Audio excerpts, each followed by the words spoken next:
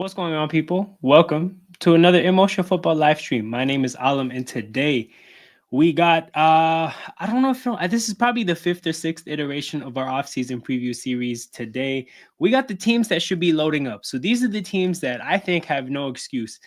They got money to spend. I think they're in a good situation to really seriously spend. Um, it's time for these teams to load up.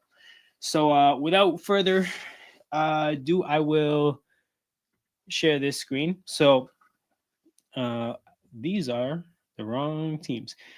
Here it is. So the teams, I guess I named them a little bit differently here, but we're doing the Steelers, the Seahawks, the Patriots, and the Rams today. So shout out to everybody that's tapped in, everybody watching live. Make sure you guys hit the like button and subscribe to the channel. Anybody watching afterwards on replay, you have the same opportunity to show your support. We're gonna start out with the Seahawks. I think that's where I decided to start this whole thing out with. So here we are. We're going to start with the Seahawks. So, why do I say the Seahawks are a team that should be loading up? The reason is look at what they're losing. You're talking about a team that's losing three starters in free agency. They're losing Laken Tomlinson, a guard, and I think guard was one of their weak spots last year. So you're losing a player that you would have had to replace even if he was healthy. You're losing Ernest Jones. This was a linebacker they traded for midseason, not a huge part of their team. And they're losing Jaron Reed, who, yes, he's I think a quality defensive tackle, but they already have Byron Murphy and Leonard Williams. So this is hardly a weak part of the team that they're missing a player from. So I say this all to say, I look at Seattle and I see a team that should be building from where they were last year. And up to this point in the series, I had the three streams at the beginning where I talked about teams that can build. The differentiating thing about these teams, the teams that should be loading up, is that I don't even think it's about building. I think the foundation is set for you to do more than build. I think these teams really have a compelling case to load up. So in the Seahawks case, a couple things we're going to look at. The Seahawks are very low in the guaranteed money rankings I have put together. They are 1, 2, 3, 4, 5. They are the sixth lowest team in the ranking. They do not have very much guaranteed money on their books. Now, a part of that is because Geno Smith doesn't have much guaranteed money left on the books. So they technically don't have a quarterback contract that's looks like a quarterback contract, and that's a part of the reason. But yeah, at the end of the day, the Seahawks have money to spend. If we think about what they are, they were the 19th ranked offense last year by EPA and the 11th ranked defense. So I think about, the fact that they're bringing in, I guess, what was an average team, and they're bringing that team back next year. And then if you think about the changes that are going to be made, one, they fired their offensive coordinator and got Clint Kubiak, who I think is a quality offensive coordinator that they got from New Orleans. I don't think we got to see much of him, but week 1, week 2, I think he was doing his thing. So I think they upgraded in terms of offensive coaching. They were the 19th ranked offense. So as a default, they should expect to get better if they have successfully upgraded their coaching. Mike McDonald, the head coach that's running the defense, if you remember his tenure in Baltimore, it started out great. It didn't start out great until he got Roquan, which is basically him getting his personnel. Now, yes, a part of him getting his personnel in that case was getting an elite talent. But at the end of the day, what happened is he got his personnel and the team got better. So with the way things quickly turned around for the defense once he got his personnel, I'm looking at Seattle. They felt the need to make a linebacker trade midseason. I don't think McDonald had his personnel last year. I think a part of getting better for them is going to be getting some of his guys in. So I think that they're set up nicely to really take a jump, right? You have what it was an average team last year. You're bringing it back. You're losing 3 starters, and you're not losing any important players, I think, at important parts of the team. You have money to spend, as is shown over here. I think the Seahawks are set up phenomenally. Like, I think they have their coach going forward. They have their offensive play caller going forward, unless he gets poached, of course. The only thing that I guess has to be figured out in the long term is what the quarterback situation looks like. It's not going to be Geno Smith long term. I don't necessarily think there's a great candidate for them to get in the draft where they're picking or in free agency. So I think they're going to run it back with Geno Smith. So if you know you're not going to invest again in the quarterback position, you have the opportunity to really stack this team up, and I think that's what Seattle should be doing. Um, when I look at their linebacker situation, I know what Roquan did. The addition of Roquan did to Mike McDonald's defense in Baltimore. So I'm thinking, go get a Nick Bolton or go get somebody. I remember Roquan Smith, like he's not a particularly tall linebacker because that's why they traded him in Chicago. They wanted to get a Tremaine Edmonds, a taller linebacker. So, I mean, go get a Nick Bolton or something like that. Get Mike McDonald his pieces. But like I said, this is a team that's going to have the opportunity to do quite a bit of investing. I don't think they need to invest in weapons. If anything, maybe a tight end to upgrade Noah Fant. But I like JSN, Lockett, and Metcalf. If you have to get if you have to get out of Lockett's contract, you can play Jake Bobo. He got a decent amount of run last year. They have K9 and Zach Charbonnet. The big thing for them is they just need to upgrade the offensive line. If I'm looking at the offensive side of the ball, like I said, maybe I'm getting a tight end, but I'm definitely focusing all my resources on the offensive line. I'm not entirely familiar who's good. I think the two tackles might be serviceable, but I feel like I've seen Abraham Lucas get cooked quite a bit. It might just be Charles Cross and a bunch of nobodies. So if I'm them, I'm looking to stack this offensive line. That's the bulk of my focus in the offseason for the offense. When it comes to the defense, I like the interior of the line with Murphy and Leonard Williams. I like Nwosu and Boye Mafe. I might want to get some depth there. Maybe an upgrade on Nwosu, if anything, but I would, I'm not overly worried about that position. Like I said, go get a difference-making linebacker because you know what that did for McDonald's defense in Baltimore. And then in the secondary, I love Spoon. I think a lot of the other starters here are solid. I think you can probably roll with Love and Kobe Bryant. I would say you probably have to upgrade Josh Jobe. That's the big one. So, nothing crazy that you have to do defensively. Get a corner, get a linebacker, but really, as a team, the Seahawks can fully focus on the offensive line. Add some pieces here and there, and they have an opportunity to get much better, and they need to seize it. If they stack up, and they spend a lot of money, sure, it'll make it difficult for them to pay a quarterback next offseason, but maybe that's their cue to then trade up in the draft to go get somebody at the top of the draft. So Seattle, I think, has to take advantage of the fact that they have a lot of foundational parts of an organization in place. You have your defensive head coach, your offensive play caller. You have a decent amount of talent. You don't have an expensive roster. You can afford to bolster it, and that's definitely what I think they should do, focusing on the offensive line, the corner position, and the linebacker position. So that's my take on Seattle. They got to be loading up. They have to be loading up this offseason. The next team we're going to look at is the New England Patriots. So the New England Patriots, another organization that we think should be loading up. Now, similar to the Seahawks, when you look at their roster, you're talking about losing two players in free agency who were starters. I don't even see this guy. His name is in all caps. That means he's 30. But Daniel Ekwale, I don't even know who that is. Jonathan Jones, I'm a little bit familiar with, but I don't think he's necessarily. I don't think he necessarily had a great year. So they're not losing much now. Facts King. Shout out to Leon, wherever Leon is at. Now the fact that this can look like this, part of it is because it's like they don't even necessarily have great players to lose, which is why I'm looking at this team and I'm saying, you know what, they're bringing their whole team back. But in terms of what they're bringing back, you're looking at the number 27 offense by EPA and the number 29 defense. So you're talking about bringing one of the worst teams in football back, right? But when we look at the finances, they're right there with Seattle. They're a team that's in the lower 8 of teams with guaranteed money. They have an opportunity to spend.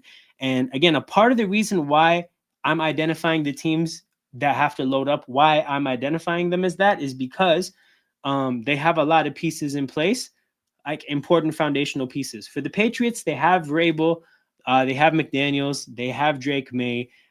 They're rolling with, I think they're going to be rolling with those three pieces at those three spots for a good amount of time now. So, yeah, I'm looking at the Patriots, and I'm thinking, you have the foundation, you got to build on it now.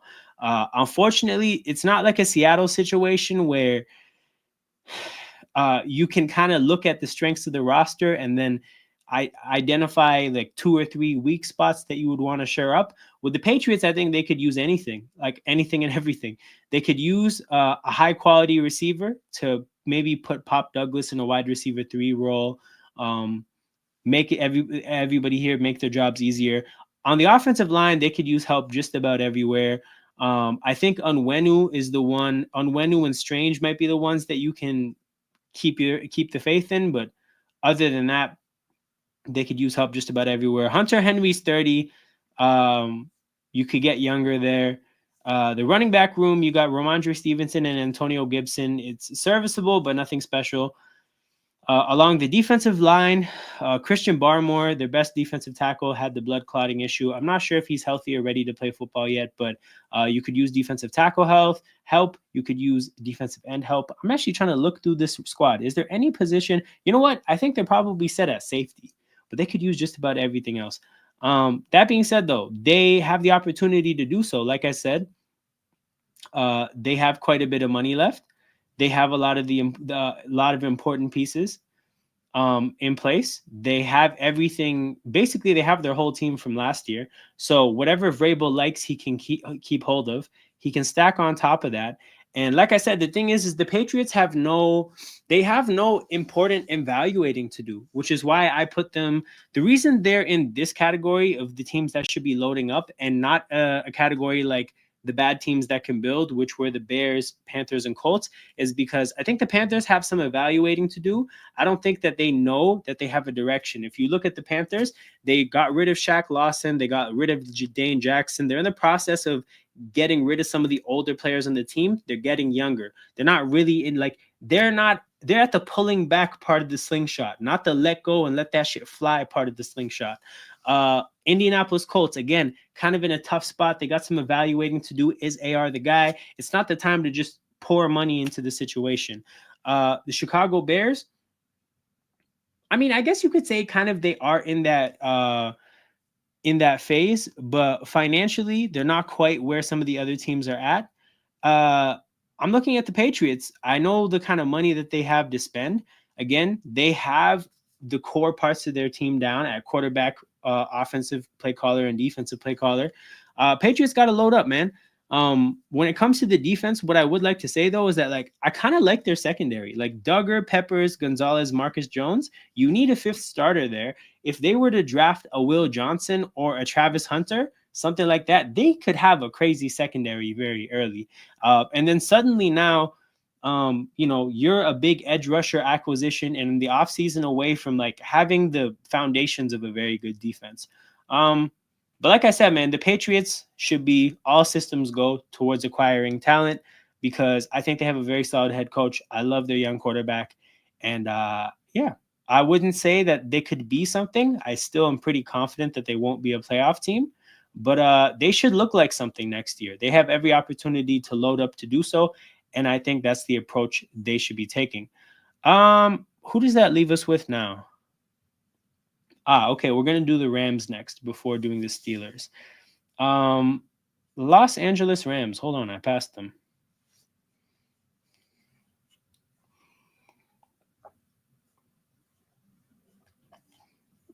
I didn't pass them. I just went the wrong way. Where are we at? Okay, Los Angeles Rams.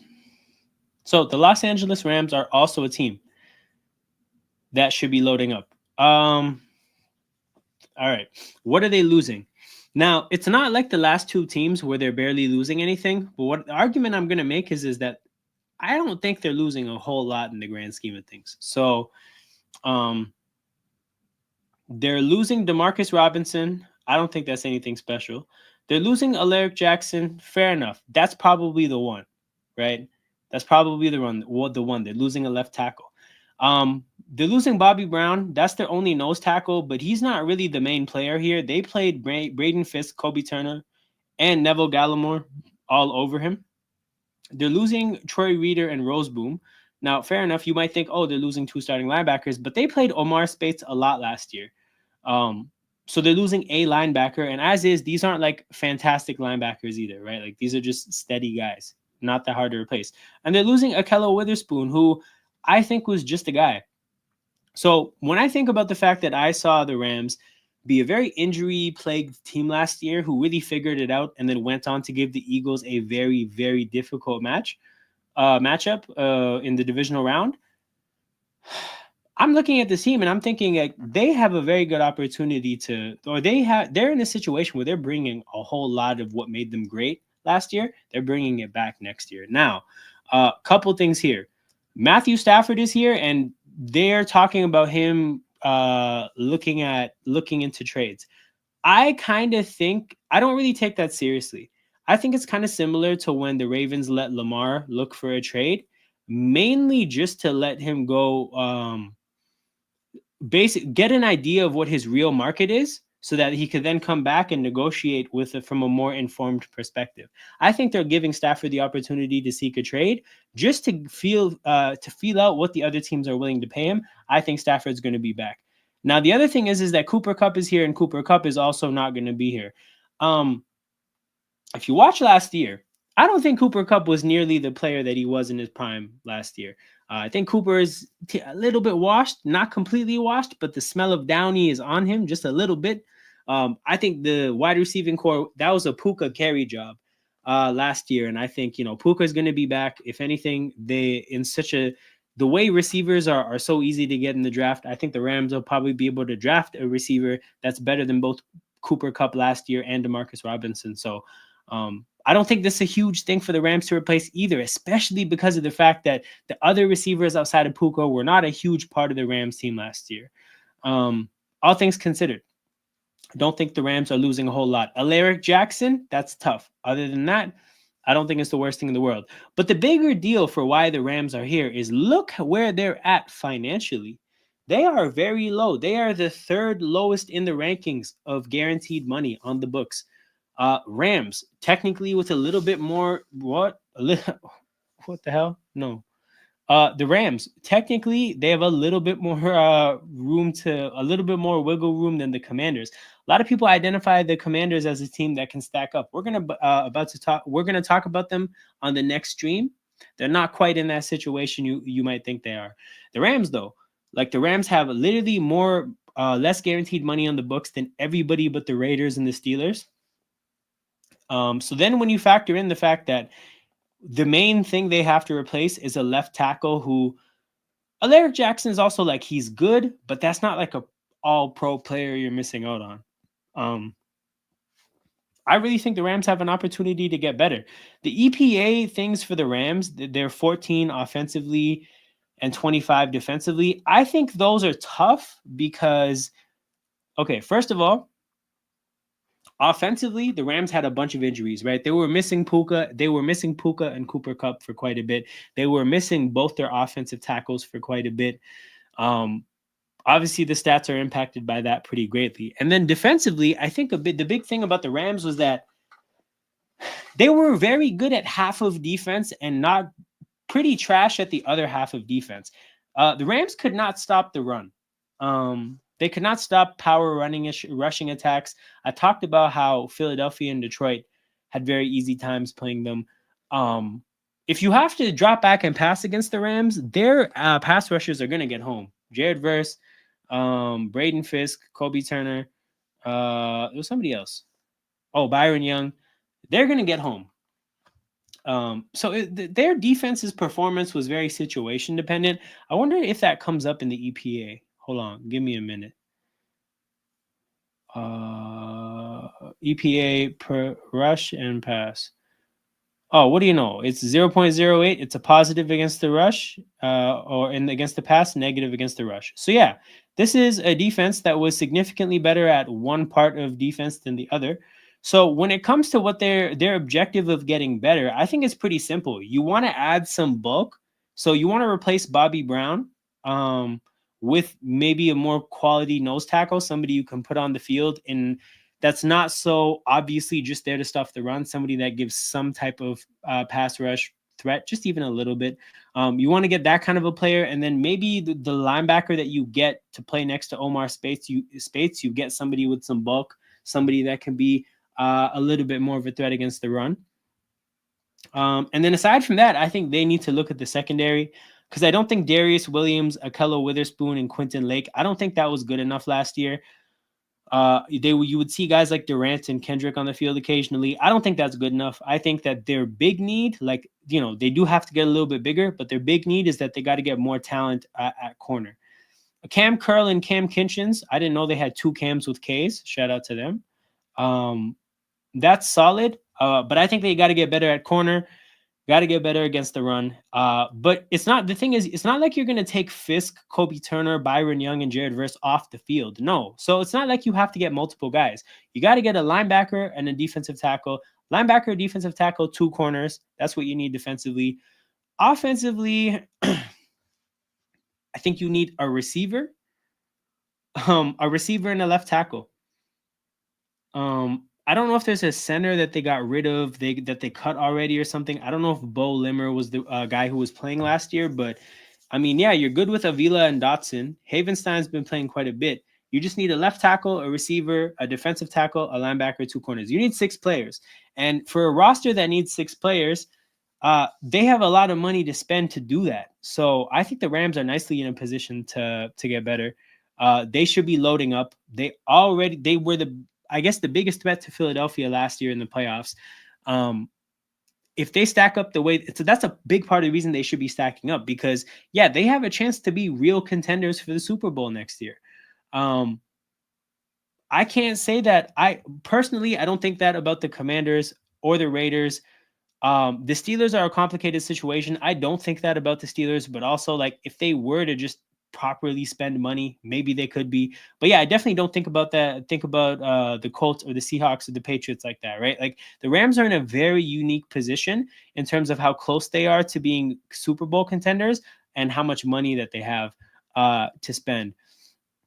So definitely that wraps things up for the Rams.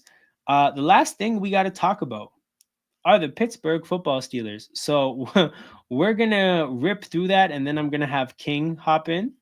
So let me find this Pittsburgh team. All right. So Pittsburgh Steelers, this is what they got.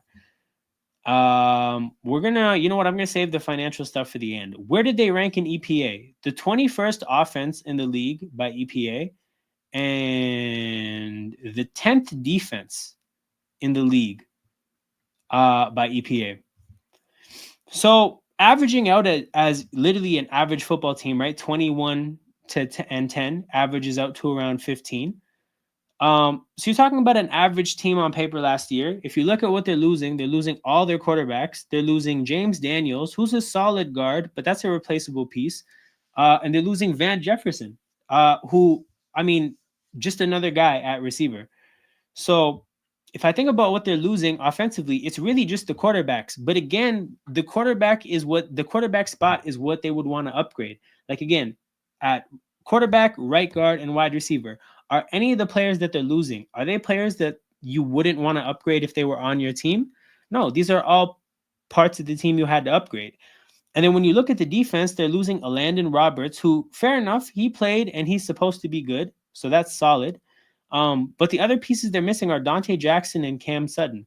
Both of those are also pieces that if you talk to King, those guys got to get upgraded because they just weren't good enough in the secondary. Joey Porter Jr. is the only corner that people respected in Pittsburgh. So when it comes to this football team, the pieces that they're losing are all the pieces that they would want to upgrade anyways. So from that standpoint, in my opinion, they're really bringing back the best parts of their team. Like, they're bringing back Keanu Benton and Cam Hayward and TJ Watt and Patrick Queen and Alex Highsmith and Minkah Fitzpatrick and Joey Porter Jr. They're bringing back Freiermuth and Fautanu and Zach Frazier and Broderick Jones and George Pickens. They're bringing back the best part of their team. They're losing the pieces they had to upgrade anyways. So then the question has to be, how could they upgrade? And the answer is money. Because they are the cheapest roster in football by guaranteed money. And again, guaranteed money is the only thing that matters. If you see a salary cap sheet and you see that the Steelers don't have that much cap space, it's because they have a bunch of unguaranteed salary. Unguaranteed salary is basically play money. You can shoot that shit 3 years down the road in the salary cap if you want to. You can cut the player and make it vanish like this. Unguaranteed salary is not real. So yeah, the Steelers, by the real money that counts, are by far the cheapest team in football. They have $109 million of guaranteed money. The Eagles have over $500 million of guaranteed money. They have over 5 times as much guaranteed money as the Pittsburgh Steelers on the books. The Steelers have so much money to spend. For that reason, when you consider the fact that their pieces that they're missing or that they're losing in free agency are the parts of their team they would have to upgrade anyways, Pittsburgh has to be loading up this offseason. Now, when I look at the team, when I think about what I want upgraded, I think they could use obviously help like I already mentioned, upgrade Sutton and Dante Jackson. Don't bring them back. Deshaun Elliott was playing well. Micah Fitzpatrick, Joey Porter Jr. The rest of the secondary is okay. Peyton Wilson and Patrick Queen should be able to hold it down, man. Peyton Wilson was great last year. You might be want some depth in case of injuries at edge. And you maybe want some depth internally, but in terms of starters, man, you just got to stack the corners. And then offensively, you need a receiver. You probably need an offensive lineman to replace Daniels, and maybe somebody else to in case one of the young players isn't ready, because you can bank on Samalo. But in terms of Jones, Frazier, and Faltanu, you might not be ready. They might not not all three of them. All three of them might not be ready to play. So you get a couple linemen, you get a receiver, you get 2 corners, and you get a quarterback. 6 players, and I think this team starts to look like a pretty good team. And they have the opportunity to get those 6 players. So that part of things is pretty simple. Now, I think the most complicated thing for the Steelers is the fact that who is the quarterback you get? That's the magic question. But yeah, I'm gonna bring King in whenever King is ready, bro. You can just unmute your mic backstage, and that's when I know you're ready, and I'll pop you in the stream. But yeah, welcoming to the stream, King. What's going on? And it's my turn. It's finally time to talk about these bitch ass dealers because I got some Hell shit I yeah, gotta say. hell yeah, let's go. It has been 19 years since I've been loyal to this team. 15 of them, I haven't seen a playoff win, so that's great. I haven't Yeah, seen a Super Bowl in basically 10 years, and I'm getting sick of it. And the worst thing is, besides this, it's like I can't even complain.